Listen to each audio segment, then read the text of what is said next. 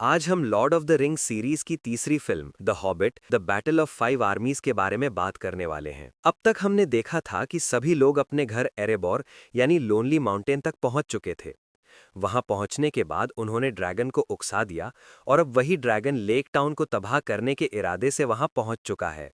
जैसे ही lake town के लोगों को ड्रैगन के आने की खबर मिलती है, पूरे शहर में अफरा तफरी और डर फैल जाता है। तभी बार्ड ड्रैगन को देखता है। उसे देखते ही बार्ड गुस्से से चिल्लाने लगता है और सबको वहां से भाग जाने को कहता है, क्योंकि बार्ड जानता है कि इस ड्रैगन को सिर्फ वही मार सकता है। लेकिन उस वक्त कोई भी उसकी बात सुनने को तैयार नहीं होता। हर कोई अपनी जान बचाने के लिए भाग रहा होता है, क्योंकि ड्रैगन चारों तरफ आग बरसाने लगता है। ये सब देखकर बार्ड और भी ज्यादा परेशान हो जाता है। तभी उसकी नज़र लेक टाउन के मास्टर पर पड़ती है, जो अपना सारा खजाना लेकर भाग रहा होता है। बार्ड गुस्से में एक रस्सी फेंकता है, उसे मास्टर के गले में फंसाता है और वहां से निकल जाता है। अब बार्ड उस जगह पर पहुंचता है जहां से उसके पिता ने कभी ड्रैगन पर हमला किया था। बार्ड ड्रैगन पर तीर चलाना शुरू करता है, लेकिन उसके साधारण तीर ड्रैगन को कोई नुकसान नहीं पहुंचा पाते। उधर टोरियल और बोइफर बार्ड के बच्चों को वहां से सुरक्षित बाहर निकाल रहे होते हैं। तभी बार्ड का बेटा अपने पिता को तीर चलाते हुए देखता है और उसे याद आता है कि उसके पिता ने उसे एक खास तीर संभाल कर रखने को दिया था, क्योंकि वही तीर ड्रैगन को मार सकता है। बार्ड का बेटा वो तीर लेकर अपने पिता के पास दौड़ता है। बार्ड अपने बेटे को सुरक्षित देखकर बहुत खुश होता है। उसी वक्त ड्रैगन बार्ड के पास आता है और उससे बातें करने लगता है। तभी बार्ड ड्रैगन के शरीर पर एक पुराना जख्म देखता है और समझ जाता है कि कभी उसके पिता का तीर वहां लगा था। लेकिन अब समस्या ये होती है कि ड्रैगन ने सारे धनुष तोड़ दिए हैं। तब बार्ड अपने बेटे के कंधे को सहारा बनाकर उस खास डॉर्विश एरो को उसी जख्म वाली जगह पर निशाना लगाता है। ड्रैगन धीरे धीरे बार्ड की तरफ बढ़ता है और तभी बार्ड तीर छोड़ देता है। तीर बिल्कुल निशाने पर लगता है। कई सालों बाद ड्रैगन को फिर से दर्द महसूस होता है और उसी पल उसकी मौत हो जाती है। इसके बाद हम लोनली माउंटेन की ओर देखते हैं। बिल्बो, ड्वार्व्स और बाकी लोग समझ जाते हैं कि लेक टाउन में अब शांति है, क्योंकि ड्रैगन को मार दिया गया है। लेक टाउन के लोग बहुत खुश होते हैं, लेकिन साथ ही पूरा शहर तबाह हो चुका होता है। न घर बचे होते हैं न खाना। तभी बार्ड लोगों से कहता है कि डरने की जरूरत नहीं है। ड्रैगन मर चुका है, यानी अब थोरिन ने लोनली माउंटेन पर कब्जा कर लिया होगा और खजाना भी मिल चुका होगा। थोरिन ने वादा किया था कि वो उस खजाने का हिस्सा लेक टाउन के लोगों को देगा। इसलिए अब सब लोग एरेबोर की ओर जाने का फैसला करते हैं और यहीं से कहानी आगे बढ़ती है। फीली, कीली और बोफुर लोनली माउंटेन पहुंच चुके होते हैं। अपने सारे भाइयों से मिलकर वे बहुत खुश होते हैं, लेकिन यहाँ थॉरिन बहुत परेशान दिखाई देता है। वो पूरे खजाने में आर्किन स्टोन ढूंढता है, लेकिन उसे कहीं नहीं मिलता। धीरे धीरे थॉरिन अजीब व्यवहार करने लगता है। उसे अपने दादा थ्रॉर की झलक दिखने लगती है, जो कभी इसी खजाने की वजह से पागल हो गए थे। थॉरिन बिल्बो से पूछता है कि क्या उसे पता है आर्किनस्टोन कहाँ है। बिल्बो मना कर देता है। ये सुनते ही थॉरिन और ज्यादा गुस्से में आ जाता है और कहता है कि उसके ही दल में से किसी ने आर्किनस्टोन चुरा लिया है। वो कसम खाता है कि चाहे कुछ भी हो जाए, वो आर्किनस्टोन ढूंढ कर रहेगा और जिसने भी उसे चुराया होगा उसे कड़ी सजा देगा। अब थॉरिन को अपने ही लोगों पर शक होने लगता है, यहाँ तक कि अपने भतीजों पर भी, जिन्होंने सारी जिंदगी उसके लिए लड़ाई लड़ी थी। बिल्बो उसे समझाने की कोशिश करता है कि ये सब तुम्हारे अपने लोग हैं, लेकिन थॉरिन किसी की बात सुनने को तैयार नहीं होता। बिल्बो डर जाता है, क्योंकि आर्किनस्टोन उसी के पास होता है। उधर लेक टाउन के लोग लोनली माउंटेन के बहुत पास पहुंच चुके होते हैं। जब थॉरिन को इसका पता चलता है, तो वो अपने साथियों को आदेश देता है कि सारे दरवाजे बंद कर दो, हम किसी को भी खजाने में से कुछ नहीं देंगे। उसके साथी उसे याद दिलाते हैं कि उसने लेक टाउन के लोगों से वादा किया था, लेकिन थॉरिन अब पहले जैसा नहीं रहा। खजाने की काली परछाई उसे पूरी तरह अपने कब्जे में ले चुकी होती है। वो साफ कह देता है कि उसे किसी वादे की परवाह नहीं, और अगर जरूरत पड़ी तो वो सबसे लड़ने के लिए भी तैयार है। इसी बीच थ्रैंडविल अपनी एल्व्स की सेना के साथ वहां पहुंचता है। वो बार्ड से मिलता है और कहता है कि उसे भी अपने हिस्से का खजाना चाहिए। अब इंसान और एल्व्स मिलकर लोनली माउंटेन के दरवाजे पर खड़े हो जाते हैं। दूसरी तरफ हम डॉल गुल्दुर में देखते हैं, जहां गैंडाल्फ आधा मरा हुआ एक पिंजरे में कैद होता है। तभी गैलाड्रियल वहां पहुंचती है, गैंडाल्फ को आज़ाद करती है और नेक्रोमैंसर से लड़ाई शुरू करती है। नेक्रोमैंसर उस पर हमला करता है, तभी सारूमन और एलरॉन्ड भी आ जाते हैं। तीनों मिलकर नेक्रोमैंसर से लड़ते हैं। गैलाड्रियल अपनी सारी ताकत लगा देती है और नेक्रोमैंसर को भगा देती है, लेकिन ऐसा करने के बाद वो बहुत कमज़ोर हो जाती है। वो गैंडाल्फ से कहती है कि अब यहाँ से चले जाओ, और रेडागास्ट गैंडाल्फ को वहाँ से ले जाता है। सारूमन बताता है कि नेक्रोमैंसर मरा नहीं है, वो तब तक वापस आएगा जब तक उसे रिंग नहीं मिल जाती। अब फिर लोनली माउंटेन पर ध्यान जाता है। सारे ड्वार्फ्स परेशान हैं, क्योंकि थॉरिन पूरी तरह बदल चुका है।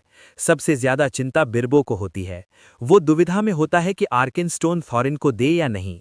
बिल्बो एक ड्वार्फ से पूछता है कि अगर थॉरिन को आर्किनस्टोन मिल गया तो क्या वो पहले जैसा बन जाएगा। जवाब मिलता है नहीं, बल्कि उसकी हालत और बिगड़ जाएगी, जैसे उसके दादा की हुई थी। ये सुनकर बिल्बो फैसला करता है कि वो आर्किनस्टोन कभी थॉरिन को नहीं देगा। इसी दौरान बार्ड दरवाजे पर आकर थॉरिन से बात करना चाहता है। बार्ड उसे उसका वादा याद दिलाता है, लेकिन थॉरिन साफ मना कर देता है और धमकी देता है कि अगर सब लोग यहाँ से नहीं गए तो वो हमला कर देगा। अब बार्ड समझ जाता है कि थॉरिन पूरी तरह बदल चुका है और जंग तय है। बिल्बो को लगता है कि अगर उसने कुछ नहीं किया तो जरूर युद्ध होगा। इसलिए वो रात के अंधेरे में चुपके से वहां से निकल जाता है और एल्व्स व इंसानों से मिलने पहुंचता है।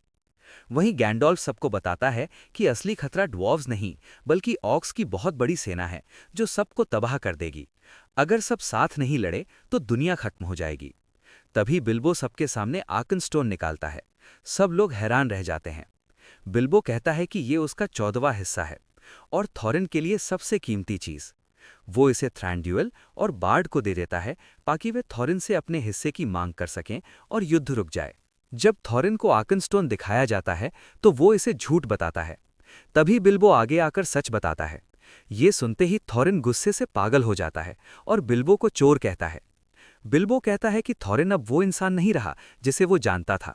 खजाने ने उसे बदल दिया है, लेकिन थॉरिन पर इसका कोई असर नहीं पड़ता। तभी डेन, जो थॉरिन का रिश्तेदार है, अपनी ड्वार्फ्स की सेना लेकर पहुंचता है। हालात और बिगड़ जाते हैं। ऐसा लगता है कि अब एल्व्स, इंसान और ड्वार्व्स आपस में ही लड़ पड़ेंगे। लेकिन तभी अचानक ऑक्स की विशाल सेना आ जाती है। अब सब समझ जाते हैं कि असली दुश्मन कौन है। गैंडोल्फ के कहने पर आखिरकार एल्व्स, इंसान और ड्वार्व्स मिलकर ऑक्स के खिलाफ लड़ने का फैसला करते हैं।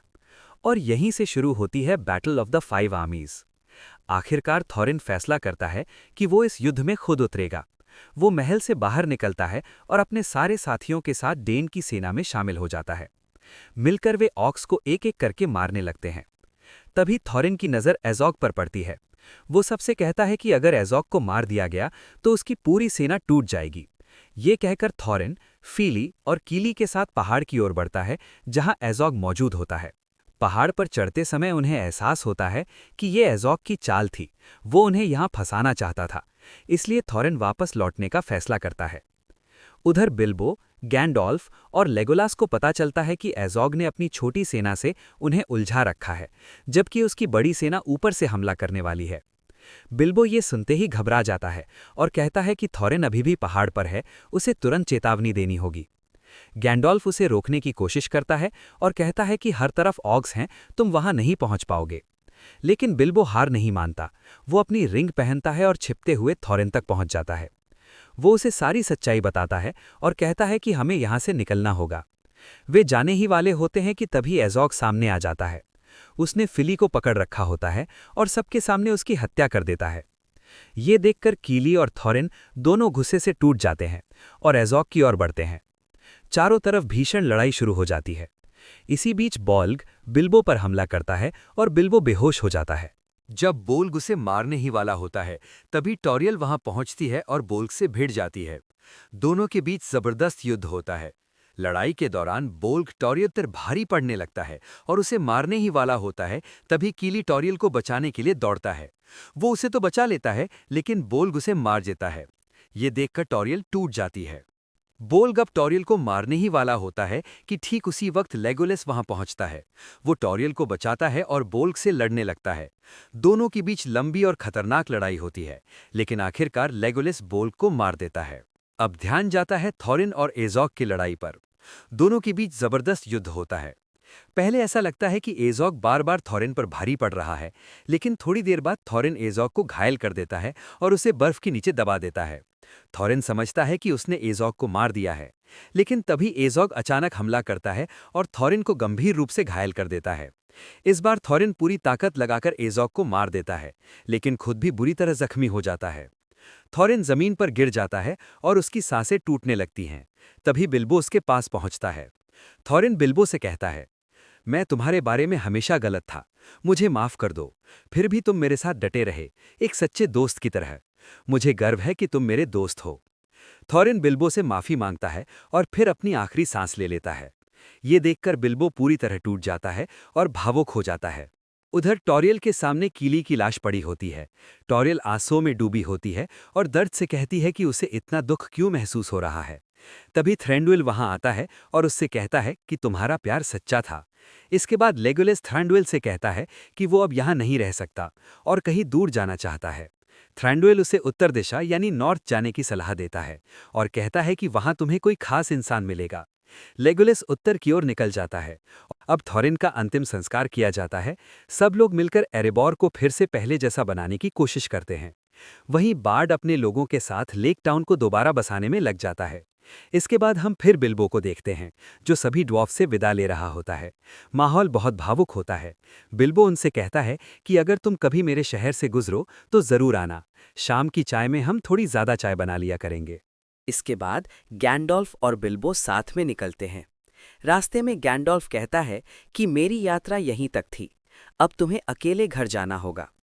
जब बिल्बो जाने लगता है तो गैंडोल्फ उससे कहता है कि मुझे पता है तुम्हारे पास वो रिंग है। बिल्बो कहता है कि हाँ, वो रिंग उसके पास थी, लेकिन युद्ध के दौरान वो उसे खो चुका है।